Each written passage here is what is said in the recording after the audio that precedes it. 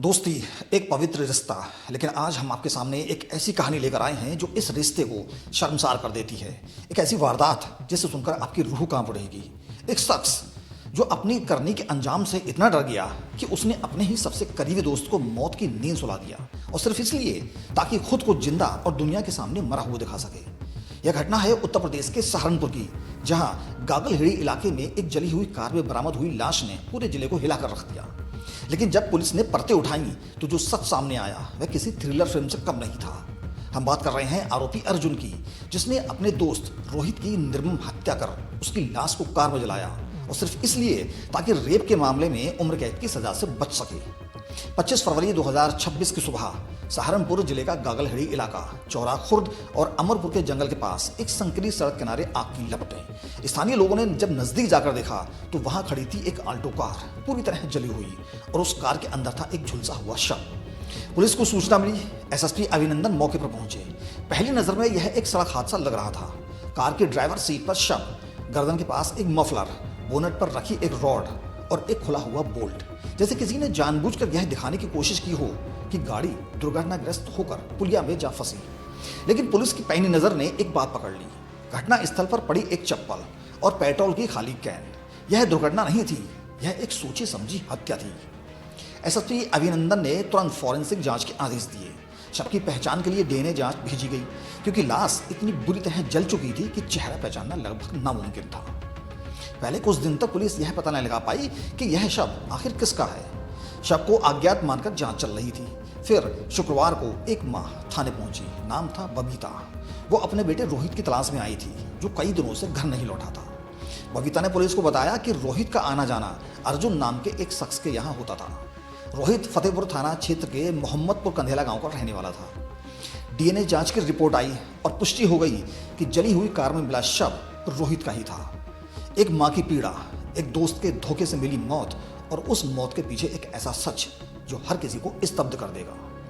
दोस्तों, 2024 से अर्जुन देहरादून के एक ब्यूटी पार्लर में चालक के रूप में काम कर रहा था। पार्लर में काम करने वाली एक युवती ने उसके खिलाफ डालवाना थाना देहरादून में बलात्कार का मुकदमा दर्ज करवाया। इस मामले में अर्जुन करीब 6 महीने जेल में रहा। मामला अभी भी कोर्ट में विचाराधीन था। जेल में ही अर्जुन की मुलाकात एक शख्स से हुई। उसका नाम था सारिक। सारिक बाद में इस पूरी साजिश का एक अहम हिस्सा बनेगा। जमानत पर बाहर आने के बाद अर्जुन के वकील ने उसे बताया कि रेप के इस मामले में उसे उम्र कैद यानी आजीवन कारावास तक की सजा हो सकती है। बस यही सुनकर अर्जुन के मन में एक क्रूर और शैतानी योजना ने जन्म लिया। उसने सोचा कि अगर मैं ही ना रहूं तो, अगर मैं मर ही जाऊं तो कोर्ट का केस खत्म हो जाएगा। लेकिन वह खुद नहीं मरना चाहता था। वह किसी और को मारकर उसकी लाश को अपनी लाश बनाना चाहता था। अर्जुन ने अपनी इस योजना को अंजाम देने के लिए एक एक कदम बहुत सोच समझ कर उठाया। पहला कदम, एक ऐसे शख्स की तलाश जिसे आसानी से निशाना बनाया जा सके। करीब 1 महीने पहले अर्जुन को याद आया कि उसका एक पुराना दोस्त है रोहित, जिसे वह आसानी से फंसा लेगा। रोहित जो कभी उसका दोस्त था, अब अर्जुन की नजरों में सिर्फ एक मोहरा था। अर्जुन ने रोहित से फिर से दोस्ती गांठी, उसे विश्वास में लिया। उसे लगा कि पुराना दोस्त फिर उसके साथ है। दूसरा कदम, एक कार की व्यवस्था। अर्जुन ने एक ऑल्टो कार खरीदी। इसी कार में रोहित की लाश जलाई जानी थी। तीसरा कदम, साथियों को तैयार करना। अर्जुन ने जेल में मिले सारिक और अपने एक और साथी रॉबिन को इस साजिश में शामिल किया। योजना थी कि रोहित को धोखे से एकांत जगह ले जाओ, उसकी हत्या करो, शव को कार में रखो, पेट्रोल डालकर आग लगाओ और यह दिखाओ कि इस कार दुर्घटना में अर्जुन की मौत हो गई। फिर अर्जुन फरार हो जाएगा और उसका भाई पुलिस में उसकी गुमशुदगी की रिपोर्ट दर्ज करवाएगा। 24 फरवरी 2026 यह बारात थी जब अर्जुन की साजिश को अंजाम दिया गया। अर्जुन अपने साथी रॉबिन के साथ अपनी किया सोनेट कार से निकला। रास्ते में रॉबिन ने एक पेट्रोल पंप पर रोककर 2 प्लास्टिक कैन में पेट्रोल भरवाया। यह पेट्रोल किसी को मारने के लिए नहीं, बल्कि सबूत मिटाने के लिए था। बताई गई जगह पर सारिक पहले से इंतजार कर रहा था। रोहित को भी वहां बुलाया गया, शायद किसी बहाने से, किसी वादे से। और फिर अर्जुन और सारिक ने एक मफलर से रोहित की गला घोट दिया, उसकी हत्या कर दी। उसका दोस्त का गला, जिसने अर्जुन पर भरोसा किया था, जो सोचता था कि यह मुलाकात दोस्ती की है, उसकी जिंदगी की आखिरी मुलाकात थी। हत्या के बाद रोहित ने शव को ऑल्टो कार की ड्राइविंग सीट पर रख दिया। मफलर का एक सिरा मृतक के गले में और दूसरा कार के बोनेट पर रखा, ताकि यह लगे कि ड्राइविंग के दौरान मफलर फंसने से दुर्घटना हुई। कार का एक बोल्ट जानबूझकर खोल दिया गया। छत पर एक रॉड रखी गई ताकि यह सब कुछ एक्सीडेंट जैसा दिखे। फिर सारिक और रॉबिन ने कार को धक्का दिया। अर्जुन ने स्टीयरिंग थाम लिया, लेकिन योजना पूरी तरह सफल नहीं हुई। कार एक पुलिया में जा फंसी, लेकिन इन लोगों ने हिम्मत नहीं हारी। दोनों कैनों से पेट्रोल डाला और कार को आग लगा दी। लपटें उठी, रोहित की लाश जलती रही और ये तीनों वहां से भाग निकले। वारदात के बाद अर्जुन ने अपने भाई को फोन किया।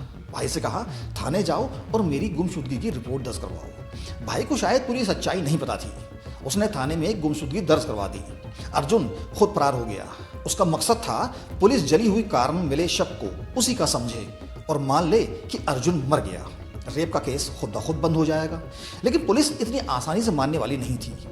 एसएसपी अभिनंदन ने शुरू से ही इस मामले को गंभीरता से लिया। घटना स्थल से जो सुराग मिले, चप्पल, पेट्रोल की कैन और शव की स्थिति, ये सब किसी साधारण दुर्घटना की ओर इशारा नहीं कर रहे थे। पुलिस ने घटना स्थल से लेकर आरोपी के बहनोई के कारखाने तक के 60 से भी अधिक सीसीटीवी फुटेज खंगाले। टीम दर टीम लगाई गई। फिर रोहित की मां बबीता थाने पहुंची। उन्होंने अर्जुन का नाम लिया। पुलिस ने तुरंत अर्जुन को हिरासत में लिया। पूछताछ शुरू हुई और एक एक परत उठती चली गई। डीएनए रिपोर्ट ने पुष्टि कर दी कि मृतक रोहित है, अर्जुन नहीं। अर्जुन ने पूछताछ में सब कुछ कबूल कर लिया। उसने बताया कि उसने रॉबिन और सारिक के साथ मिलकर रोहित की हत्या की। सारिक से उसकी मुलाकात जेल में हुई थी। पुलिस ने तीनों को गिरफ्तार कर लिया। आरोपियों के खिलाफ हत्या, षड्यंत्र और साक्ष्य नष्ट करने के मामले में जेल भेज दिया गया है। फिलहाल तीनों लोग जेल में हैं। मिलते हैं एक और सच्ची खबर की वीडियो साथ। तब तक के लिए अपना ख्याल रखिएगा। जय हिंद।